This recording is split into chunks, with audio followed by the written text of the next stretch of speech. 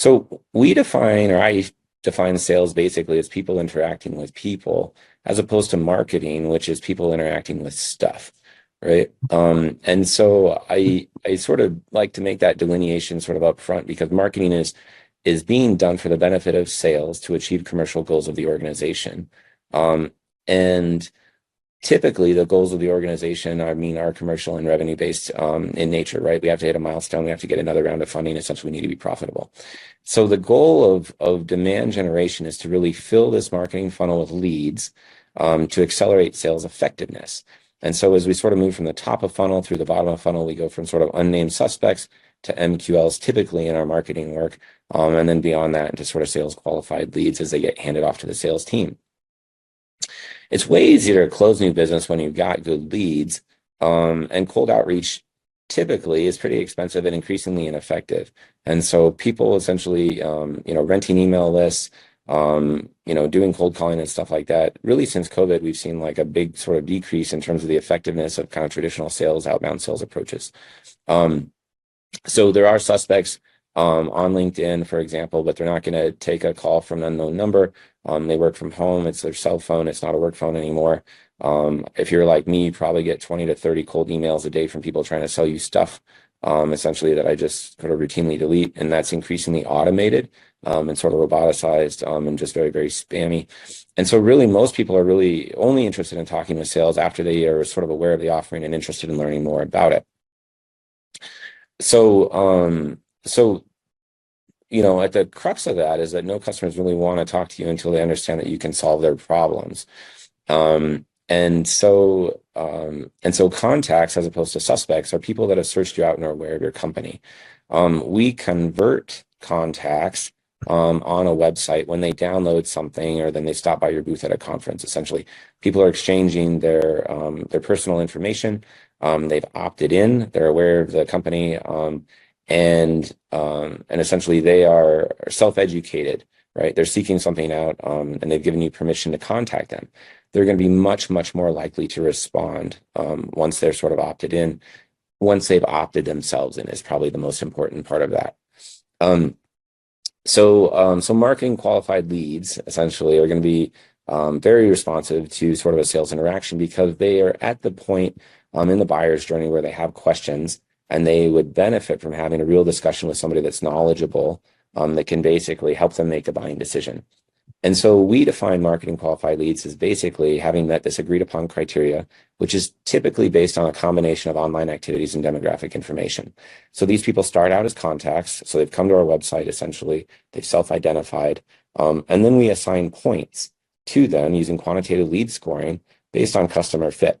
And that typically is a combination of demographic information and online activities.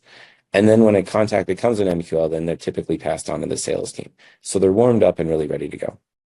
So inbound marketing, this approach that we use, it is based around this sort of high value scientific content that creates awareness and generates demand. And so a little, Kevin Costner, 90s cliche here in terms of, if we build it, they will come. But mechanistically, what we're talking about is creating meaningful content on our website, promoting it in all of the places that our suspects tend to traffic, and then making them aware of it, essentially through a little bit of sort of outbound promotion, drawing them into the website, they're going to convert, and ultimately then they're going to become new leads and get into our pipeline. So the first thing that we would do is build out content that adds value for our particular customer segment. So there is absolutely a strategic sort of segmentation, targeting, positioning exercise here, right? In order to identify which segment we want to go after, we have to identify essentially who they are demographically, right? What problems they're trying to solve, as well as ultimately how we can solve that. So we create content that varies in type, length, and complexity depending on the different funnel stages. So as people essentially become aware of us, top of funnel, we seek to educate them in terms of what we can offer them, and really trying to understand and drive home the idea that we understand what their pain points are and we can help solve them. And helping to solve them then is sort of inspirational, right? They can do better essentially, and we can resolve these problems with them in a meaningful and differentiated way. And then because they're scientists and they've been trained to be skeptics, unless there's data that sort of supports it, right? We have to reassure them bottom of funnel that this product, that this service is going to do what we say it's going to do. And so across the funnel, you'll see it basically starts out as really short sort of content, search ads and display ads. There's GIFs, there's emails, there's blogs, there's animations. Sort of mid funnel here, we're talking about animations, explainer videos, landing pages, potentially conference events and webinars. And then towards sort of the bottom, then the content tends to get longer and more technical.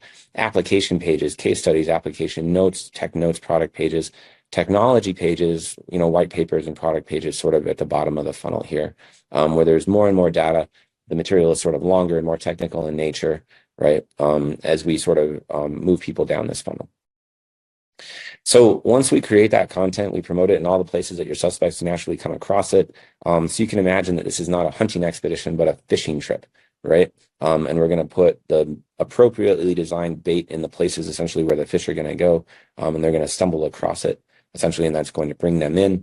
And then, like I said, we use online forms to capture contact information, permission to contact these people.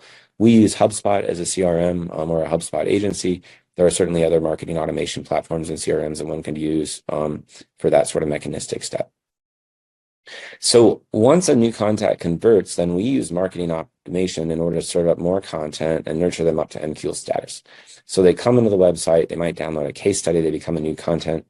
3 or 4 days later, we might send them an email essentially, hey, you were interested in that. Would you be interested in seeing a poster or watching a talk or checking out an infographic or something like that, basically nurturing with relevant contact. If they click on that email and they open it, they're going to increase their lead score. And we can do this sort of multiple times as we feed people, like I said, content of increasingly sort of technical levels essentially and moving them down that funnel again from inspiration to reassurance.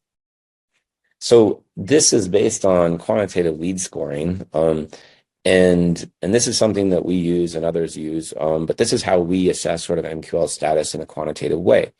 So we'll create a scoring criteria, like a game, I'll call it, where the goal is 100 points. And when a customer reaches 100 points, essentially, via a combination of their demographic information that you see here in black, and then some of their online activities that you see here in green, then we'll promote them to MQL status and typically send them over to the sales team. So here you can see that we're assigning more points to people with higher level titles, for example, than people that have lower level titles. We might assign more points to people that have MDs, JDs, and MBAs because they tend to be executive positions. People with advanced graduate degrees, for example, might be better than people that don't have them.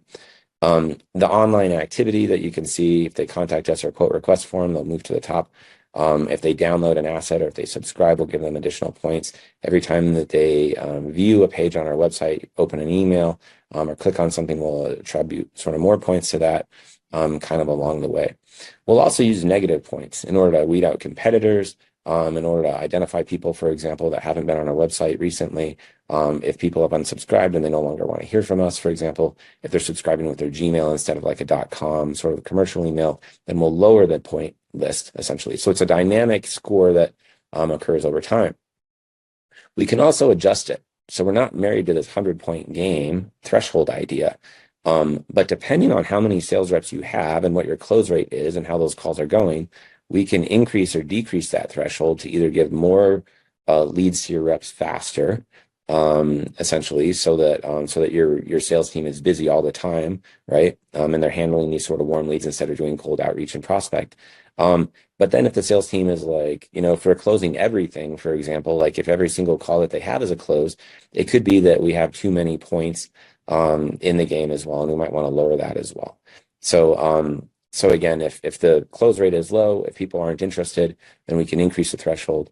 If people seem to be overqualified, for example, and we're showing up late to the game and they wish they would have heard from us a week or two or a month ago or something like that, then we can lower that threshold and accelerate that sort of marketing to sales transition. But again, we use promotional channels to drive website traffic. And so that's basically going to be your socials, your emails, and stuff like that. We use predominantly application pages and case studies tend to be the highest converting sort of things in terms of the mid-funnel type stuff, where we're capturing that lead and we're sort of providing that inspiration And then technology and product pages tend to show buying intent. And so as people move from the applications, now they want to know how it works, and now they want to know about your product and how much does it cost. Those tend to be sort of buying signs. And we could typically kick those over then using automation, either to a quote request or scheduling a meeting or even an online purchase, depending on whether or not you guys are using e-commerce and if that fits your sort of mechanism of sale. So we tend to take this sort of phased approach to inbound marketing implementation, right? So these funnels do take some time to sort of build up in terms of all the content that you're going to have and some of the digital infrastructure that we do. So phase one is really it's developing that initial content. It's creating the sort of lead funnel setup. It's beginning to drive traffic and driving these sort of initial campaigns. What you'll see here in the lines is sort of a cost per lead, your SEO value, and then the number of leads over time. SEO tends to be something that is very worthwhile, but it also takes a while. You'll see some immediate gains typically in the front end of it, but then it takes a while to kind of get organically to the top. As we optimize these ads and these pages over time, in terms of the landing pages, optimizing those for conversions, and that could be more or less content or changing the format, for example, or having dynamic text kind of appear. And we align those sort of better and better with the ads and sort of social media type stuff, then we tend to drive more clicks to the pages that convert at higher rates. And then we start to see those sort of SEO gains. What you'll see is a decrease in cost per lead.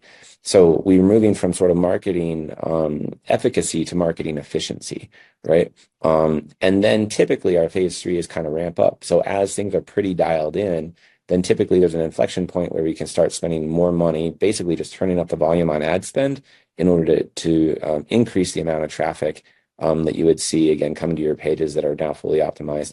And so you'll see a huge, typically like an inflection point in terms of the number of leads as the cost per lead continues to go down.